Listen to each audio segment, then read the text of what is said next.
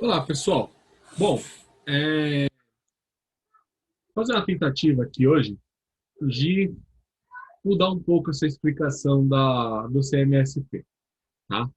Eu vou usar os slides deles, porque dá muito trabalho fazer slide, mas eu vou dar a minha explicação do conteúdo com a finalidade de facilitar um pouco a vida de vocês, porque eu sei que muita gente está me reclamando sobre essas aulas do CMSP, tá? Bom, a gente estava trabalhando anteriormente, espero que vocês se lembrem. Se vocês não se lembram, espero que vocês tenham um arquivo. Nós estávamos trabalhando sobre ligações iônicas, né? Ligações químicas no geral, tá? Então, eu vou recapitular para vocês o que é uma ligação iônica. Uma ligação iônica, ela basicamente ocorre entre um metal muito eletronegativo e um metal pouco eletronegativo. Ou seja, se o metal ele não é eletronegativo, então ele vai ser eletropositivo. Quem são esses caras? São os cátions, tá? Os cátions a gente intitula eles de íons positivos. Por que eles são íons positivos? Porque quando você faz a distribuição eletrônica de um cátion, você vai descobrir que eles têm, para completar o octeto deles, eles têm a tendência de doar um elétron da sua camada de valência. Tá? Ou seja, eles perdem um elétron. A tendência deles é perder um elétron.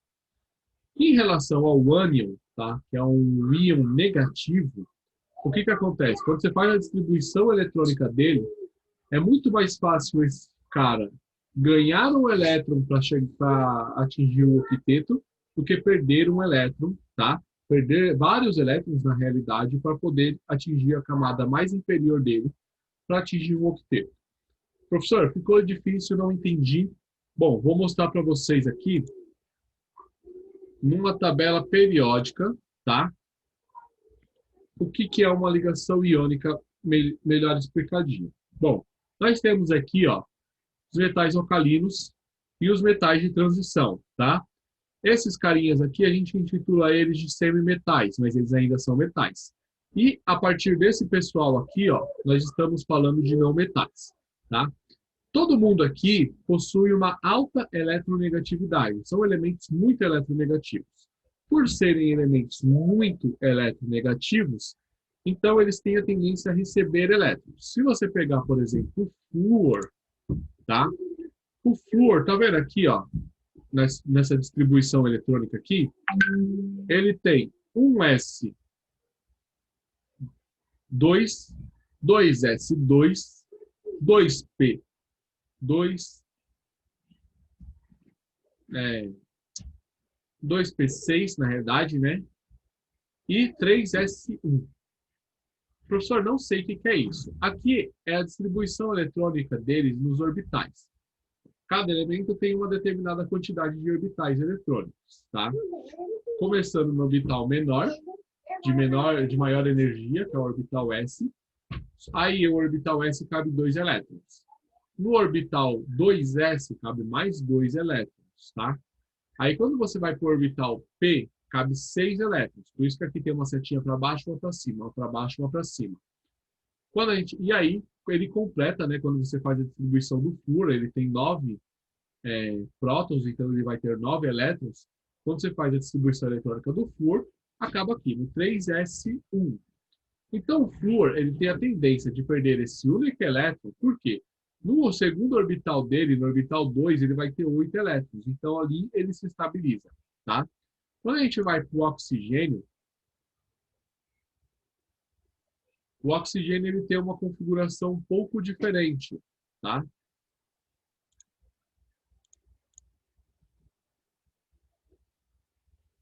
Um pouquinho.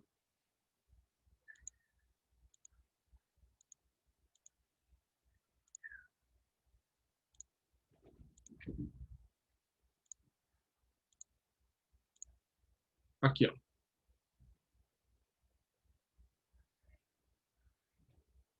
O oxigênio ele vai ter um S2, 2S2, 2P6, 2P4, desculpa. Ah, por que 2P4? 2P, 2P4. Porque o oxigênio, então tem que deixar selecionado aqui. Porque o oxigênio tem 8 prótons, então ele tem 8 elétrons. Então, quando você faz a distribuição eletrônica dele, ele não chega no orbital 3s, ele para aqui, ó, tá? E aí ele faz o quê? Para poder atingir o octeto?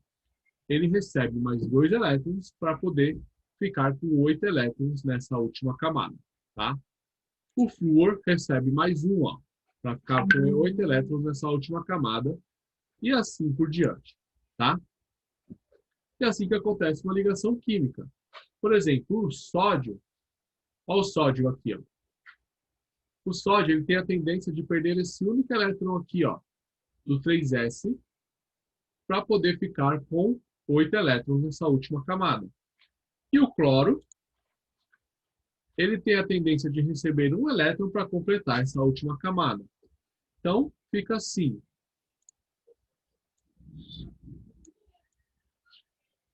Na+, porque ele tem a tendência de doar um elétron, junto com Cl-, que tem a tendência de ganhar um elétron. Aí a gente geralmente faz uma coisa que a gente chama de carga cruzada, né? Que é cruzar essas cargas, formando NaCl.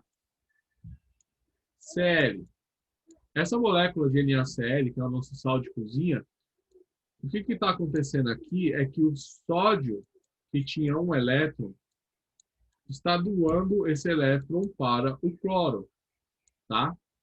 Ele doa esse elétron para o cloro, ficando com 8 elétrons na sua camada de valência e o cloro com 8 elétrons na sua camada de valência, os dois se estabilizam, tá? Agora vamos para o nosso real conteúdo do dia, que é ligações covalentes. Mas eu vou também dar uma passadinha um pouquinho antes disso na ligação metálica também, que é bastante importante vocês lembrarem, tá? A ligação metálica vai ser formada por um aglomerado de átomos de um único elemento metálico. Então, lembra ali da tabela periódica que nós temos aqui os metais, Eita, ficou feio essa.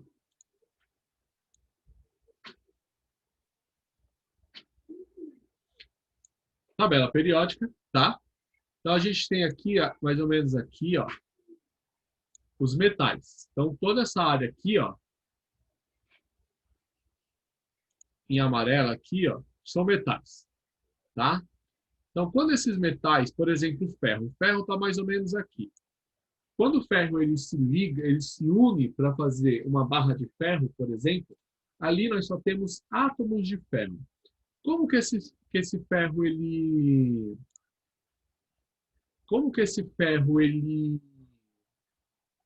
se liga?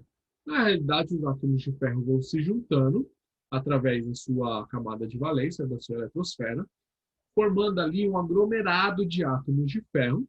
Só que dentro desse aglomerado de átomos de ferro, nós temos um que a gente chama de mar de elétrons. O que é esse mar de elétrons? O mar de elétrons nada mais é do que, com esse aglomerado de átomos de ferro, os elétrons ficam livres.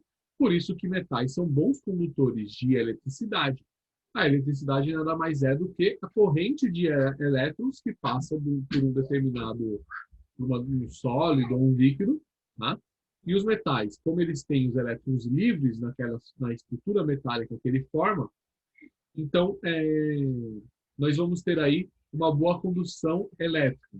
Os metais também são bons condutores de temperatura, né, em geral. Por exemplo, o cobre. O cobre, se você coloca fogo num fio de cobre de um lado, rapidamente você sente o calor do outro lado. Alguns metais têm uma condução um pouco melhor, outros um pouco menor, tá? Qual que é a semelhança entre uma ligação iônica e uma ligação metálica? Bom, uma ligação iônica, ela vai ter altas temperaturas, né? Então, ela vai ter um alto ponto de fusão e de ebulição. Toda substância iônica, você não ferve ela fácil e você não ebule ela fácil. Você precisa de alta temperatura. O metal também, tá? metal ele vai ter um alto ponto de fusão e um alto ponto de ebulição. Beleza?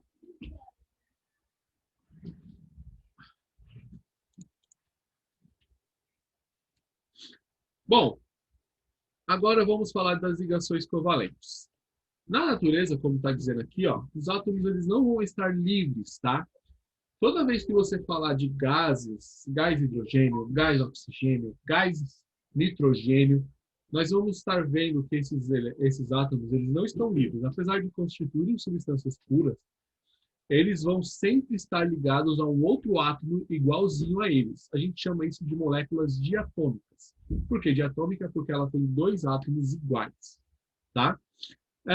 Então, como que ocorre essa ligação? Porque a gente viu que na ligação iônica, por exemplo, a ligação ocorria entre um elemento altamente eletronegativo e um elemento altamente eletropositivo.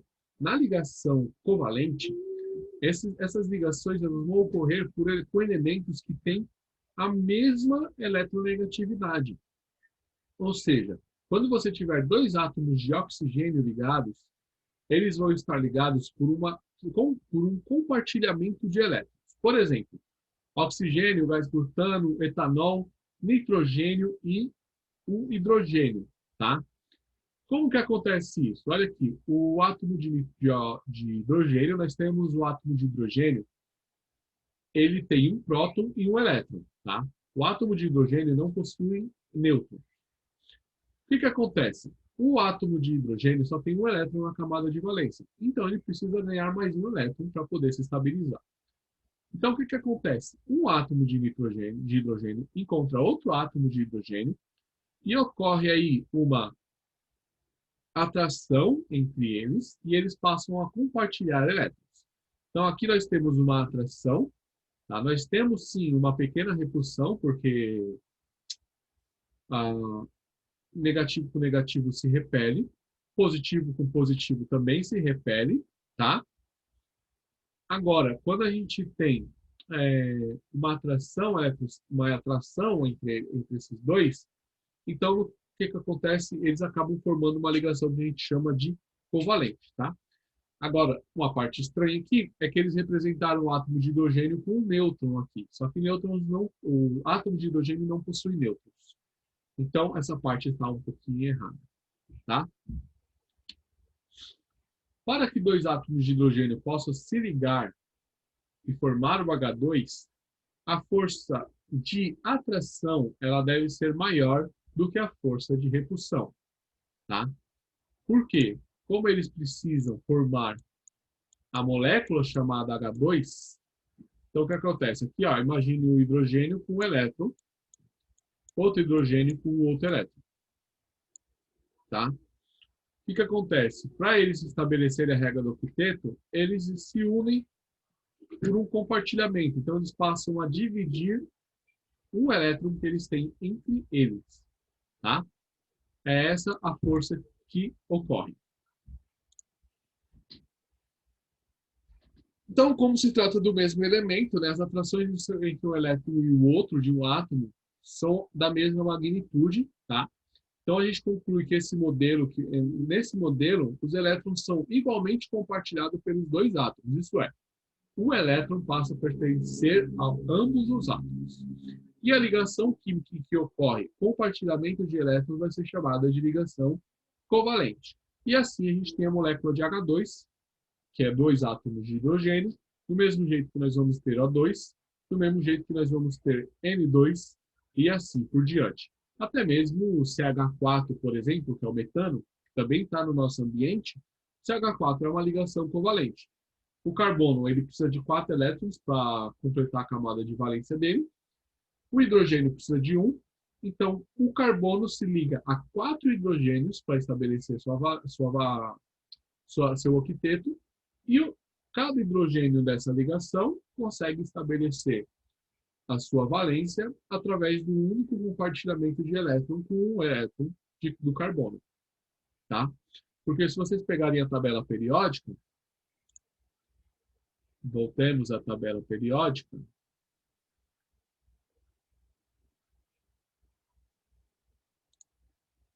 Olha o carbono aqui, ó. O carbono ele tem 4 elétrons na camada de valência dele, ó. A gente consegue ver isso aqui. Gente, se vocês pegarem uma tabela periódica na sua casa, vocês vão ver praticamente a mesma coisa, tá? Que aqui é uma tabela periódica interativa. Olha aqui, ó. 4 elétrons ele tem na sua camada mais externa, tá? Aqui, ó. 2p2, 2p2, 2s2, 2p2. O que acontece? Ele tem espaço para mais 4 elétrons, tá? Então, como ele tem espaço para mais 4 elétrons, ele pode se ligar com mais 4 átomos de qualquer tipo de elemento, praticamente, tá? Formando aí uma grande quantidade de compostos de carbono que a gente vai estudar já em química orgânica, tá? Então, basicamente, de acordo com tudo que eu estava explicando, nós temos a molécula o átomo de hidrogênio, por exemplo, formando um átomo de cloro, um átomo de cloro. Como que vai acontecer isso aqui, né?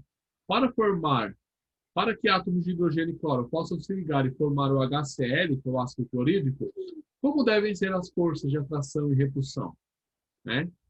O que acontece aqui? Eu não vou dar esse um minutinho que eles dão aqui, porque é muito chato. Bom, a resposta é: os elétrons são igualmente compartilhados entre os átomos. Há diferenças de magnitude das forças de atração e repulsão, tá? Porque o cloro é muito mais eletronegativo do que o hidrogênio. E a atração dos elétrons da ligação é maior pelo cloro do que pelo hidrogênio, fazendo com que gere um excesso de carga negativa no cloro e uma falta no hidrogênio. A gente chama isso de polarização, tá? E aí a gente vai ter a molécula de HCl. Como que isso acontece, professor? Vou desenhar aqui para vocês. Está vendo o hidrogênio? O único elétron aqui no seu orbital. E está vendo o cloro cheio de elétrons? Ele tem 7 elétrons, se você contar aqui, ó, na sua camada mais externa. 1, 2, 3, 4, 5, 6, 7. Tá? O que acontece? Está um pouquinho longe, mas eu vou tentar aproximar isso aqui para vocês. Esse elétron aqui do hidrogênio forma uma espécie de nuvem eletrônica. Imagina isso aqui como uma nuvem eletrônica de compartilhamento de elétrons. Só que, olha o tamanho do cloro e olha o tamanho do hidrogênio. O cloro é muito maior do que o hidrogênio.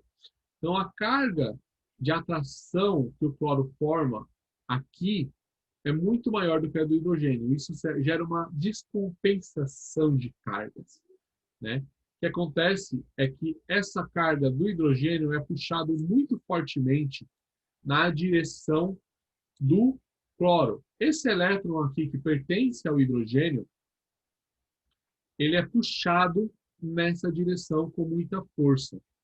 Isso gera uma polarização. Basicamente, eu vou tentar desenhar aqui para vocês, é como se a gente tivesse um hidrogênio pequenininho, um Cl grandão, tivesse uma nuvem eletrônica ao redor deles, né? Então, os elétrons estão, né, fazendo as suas interações e fica mais ou menos assim, ó. Opa! Eu queria fazer algo bem simétrico e não consegui.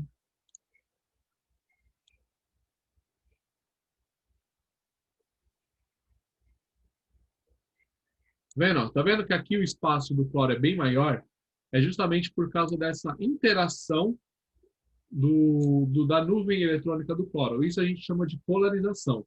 Então, sempre que a gente tiver uma ligação covalente, onde um dos elementos é muito mais eletronegativo, essa nuvem eletrônica ficará polarizada, ou seja, ela vai ficar concentrada no elemento mais eletronegativo. Tá? Isso vai acontecer também com moléculas. Deixa eu ver se mostra aqui. Eu acho que não mostra. Não, vai mostrar sim. Depois eu explico essa parte.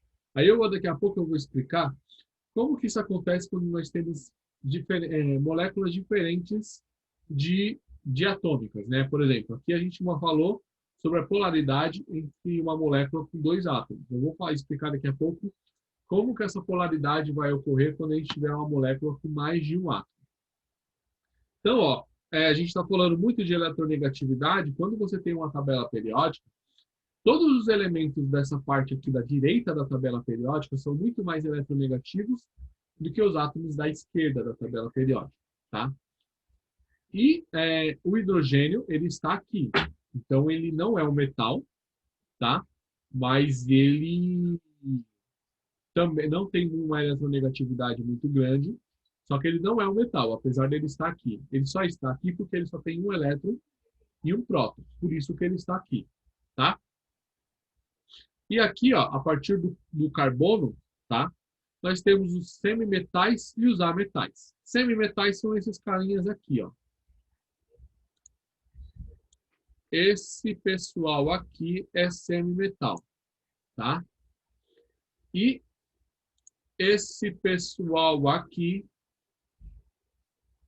são ametais, ou seja, também chamados de não metais, tá? Aqui tem um videozinho que vocês podem tentar acessar no YouTube de vocês. Eu vou tentar deixar esse link depois para vocês, tá? Bom, e a gente pode também elaborar estruturas a partir das ligações covalentes, tá? Como que a gente vai elaborar essas estruturas? Bom, nós sabemos que o hidrogênio ele tem um próton e um elétron. E o oxigênio tem 8 prótons e 8 elétrons, tá? Quando você faz a distribuição eletrônica, por exemplo, do hidrogênio, nós temos um S1, tá?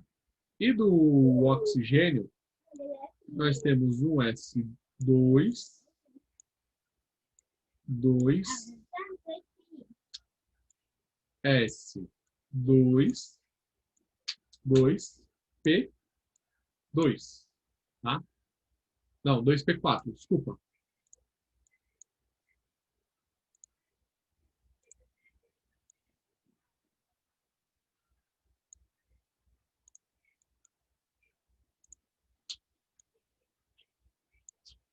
Dois P4, tá?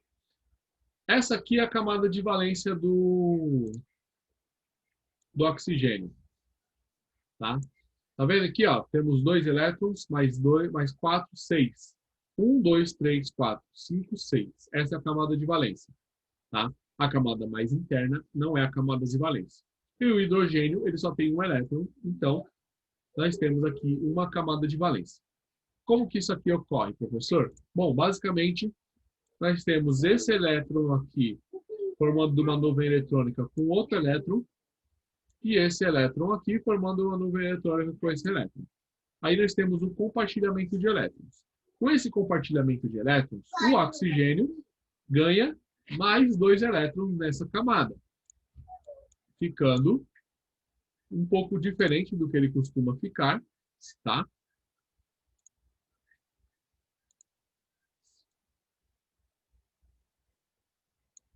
E o hidrogênio, ele também ganha um elétron, cada um dos 2 hidrogênios.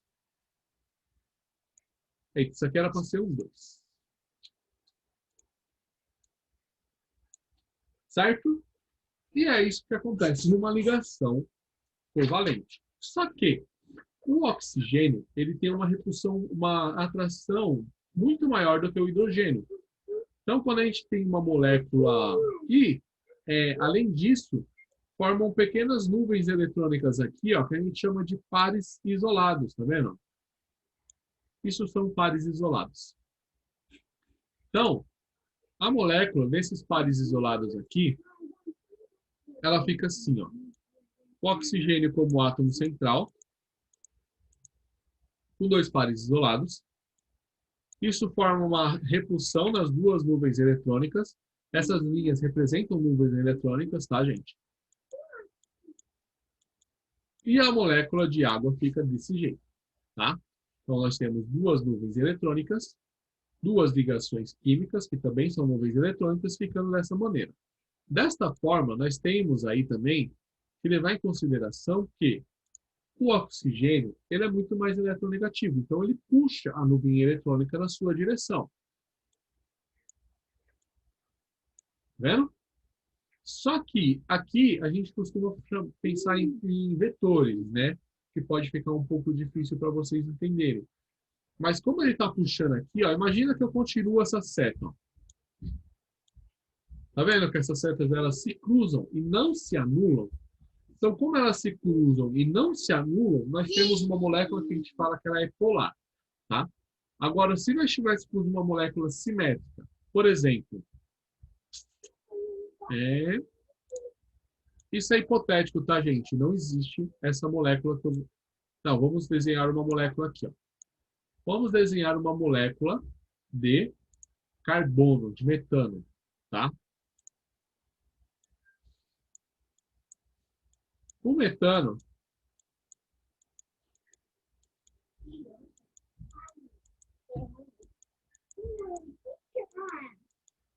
é essa molécula aqui, CH4. Tá? Tudo nuvem eletrônica. O carbono ele só compartilha 4 elétrons. Tá? Ele tem 4 elétrons na sua camada de valência. Ele precisa ganhar mais 4 elétrons e uma ligação covalente. O que acontece? 4 hidrogênios, né, compartilham elétrons com carbono, formando aqui 4 nuvens eletrônicas. Tá? Isso aqui são nuvens eletrônicas. Imagina que na pontinha de cada um dessa linha aqui, ó, nós temos um elétron, tá? E esses elétrons não precisam ficar parados, eles ficam se movimentando ali dentro, tá? Então, o que que acontece? Aqui, se a gente for pensar em uma questão vetorial, o que acontece? O carbono é mais eletronegativo do que o hidrogênio, ele puxa a carga negativa para ele. Então, nós temos aqui, ó, o carbono puxando a carga desse hidrogênio, o carbono puxando a carga desse hidrogênio, o carbono puxando a carga desse hidrogênio e o carbono puxando a carga desse hidrogênio. Observe que todas as cargas, toda a nuvem eletrônica está indo para um único ponto. Tá? Esse ponto é um ponto neutro, onde as cargas se anulam. Por isso que nós dizemos que, neste caso aqui, o nosso metano ele é uma molécula apolar. Por que apolar? Não possui polaridade. Beleza? Para falar bem a verdade para vocês, eu nem sei se na aula do CMSP ela se aprofundou tanto, tá? Porque eu não cheguei a assistir ela toda. Mas eu gostei, eu achei interessante trazer todo esse conteúdo para vocês. Bom, então, na fórmula da água, a gente vai ter 2 átomos de hidrogênio e um átomo de oxigênio. Então, ele quer que a gente identifique a estrutura que vai apresentar a fórmula correta dele. Tá? A alternativa que apresenta a sua fórmula estrutural entre A e B. A correta vai ser a letra B, que é a angular. Justamente por tudo aquilo que eu já expliquei. Na verdade, na explicação eu já dei até um spoiler desse exercício, né? Por que angular? Por quê? Aqui, não sei se ela chegou a explicar bem isso, mas lembra que eu falei para vocês das nuvens eletrônicas que sobram aqui no oxigênio? Porque o oxigênio ele tem mais 4 elétrons que não é compartilhado, né?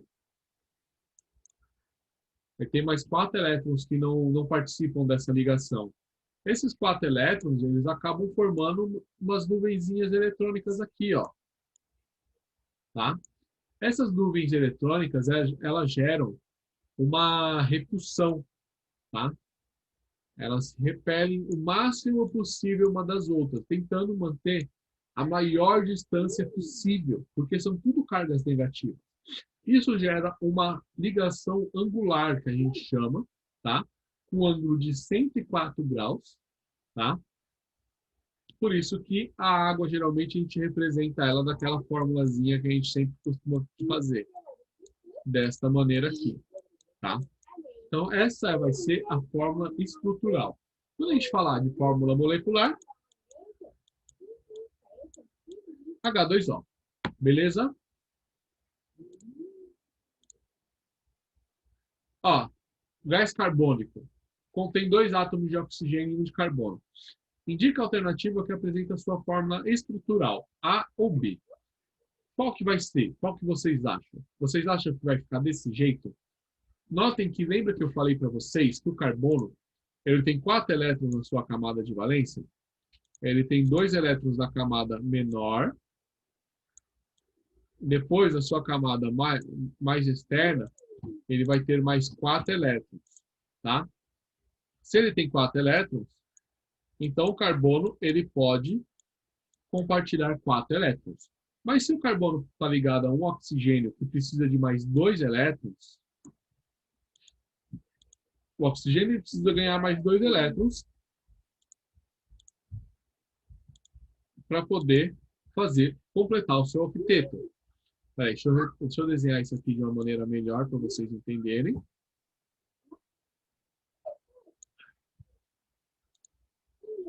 Ó, o oxigênio ele possui 6 elétrons na sua camada de valência.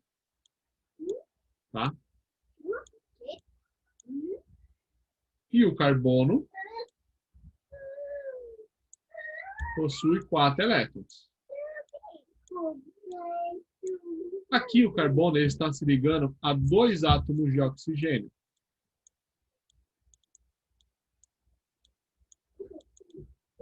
O que acontece? Está vendo essas duas linhas aqui? Ó? Isso significa o quê? Que o carbono ele está fazendo uma ligação por intermédio de uma ligação dupla. Tá? Ou seja, 2 elétrons estão fazendo compartilhamento juntos. Ou seja, nós temos uma ligação aqui, 2 ligações, né? 2 elétrons compartilhando aqui e 2 elétrons compartilhando aqui. Quem que é o elemento mais eletronegativo aqui no caso? Se você pegar a nossa tabela periódica, e eu vou voltar lá na nossa tabela periódica para a gente ver direitinho, tá? O elemento mais eletronegativo é o elemento que está mais próximo deste lado aqui, ó. Tá? Ó, deste lado aqui. O que tiver mais à direita vai ser o mais eletronegativo, tá?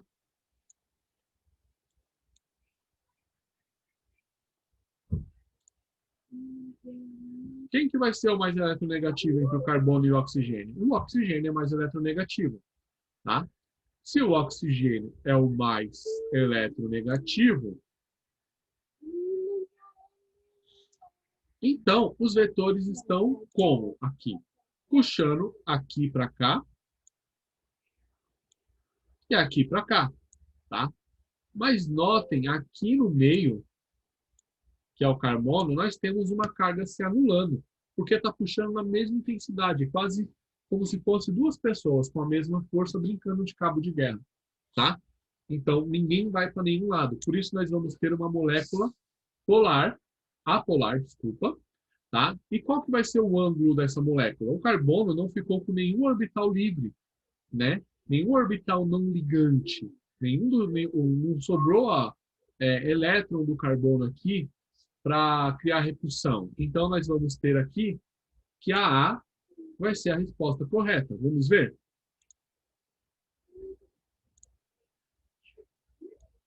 Olha lá, ó. Letra A. E a gente chama esse tipo de estrutura como plana. Tá? Opa. Ou seja, planar. Geometria planar é a forma correta de falar. Tá? E, como eu falei para vocês, ó, os vetores se anulam, tá? Porque eles têm a mesma intensidade para os dois lados. Então, aqui é zero.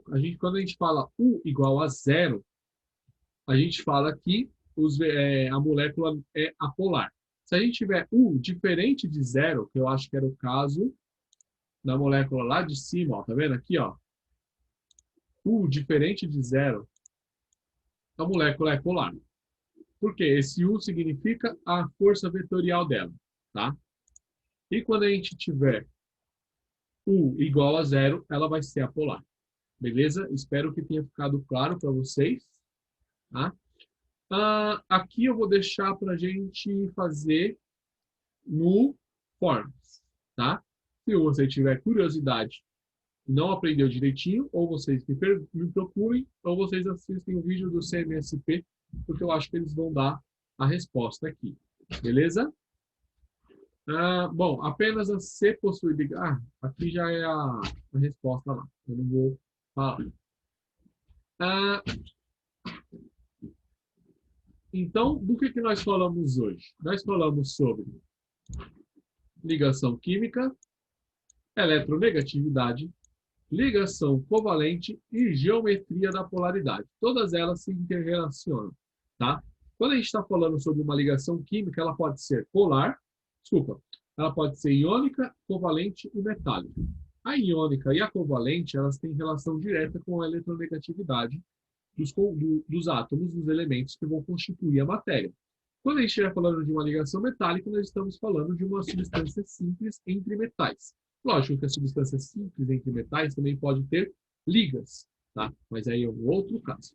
Eletronegatividade é a tendência do átomo de ganhar elétrons. Então, quanto mais rápido, mais eletronegativo o átomo for, maior a tendência dele de receber elétrons. Então, um átomo pouco eletronegativo, ele geralmente vai ter a tendência de doar elétrons, tá? Uma ligação covalente acontece entre dois metais de eletronegatividades parecidas, ou seja, não há troca ou doação de elétrons, há apenas o compartilhamento de elétrons. E a geometria e a polaridade vai ser uma consequência de uma ligação covalente, tá? Então, dependendo da geometria que a molécula se organizar, né, quando os átomos se ligam, né, de acordo com a geometria que a molécula se organizar, ela pode ser polar ou apolar, certo? Então, eu vou também disponibilizar, como sempre, um arquivo explicando tudo isso para vocês e também, qualquer coisa, vocês podem tirar dúvidas comigo, certo?